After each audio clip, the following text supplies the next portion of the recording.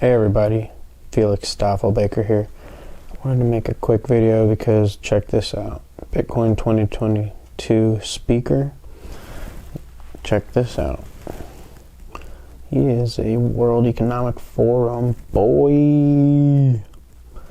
And let's go ahead and cut to the chase. Basically, there are dozens of people who are at the Bitcoin 2022 Miami conference that are World Economic Forum lackies. And these guys are exactly what we've been saying. Like, these guys are coming in, and now that it's like basically Bitcoin is on the sovereign level and at the nation state level, at the central bank level, that the people from those types of crowds are starting to come in and starting to flex their influence, even though it's from the fiat money world, because they can still get the access to money at 0%. They have, a lot of interest that they don't pay, but a lot of interest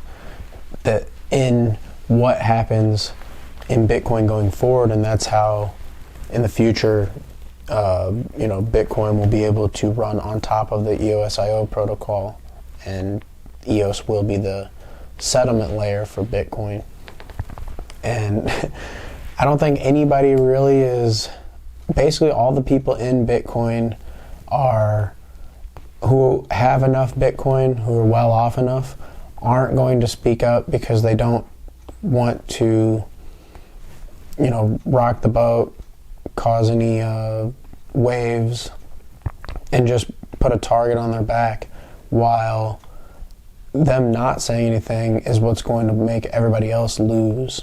So it's like the people in Bitcoin are the ones who care about freedom, but they have enough money that because of Bitcoin that there's no incentive for them to fight to be able to have access for more money because they already have it. So now the big boys get to come in, and the whole globe has, 99% haven't heard of EOS. And so when the whole globe is, put into a drastic fear state from a cyber pandemic, and the whole system crashes and they bring it up on EOS, nobody's going to question it if it's not physically attacking them. They're going to immediately love it because of what the whole world just went through, with that type of catastrophe that comes along with those types of societal shutting down type events.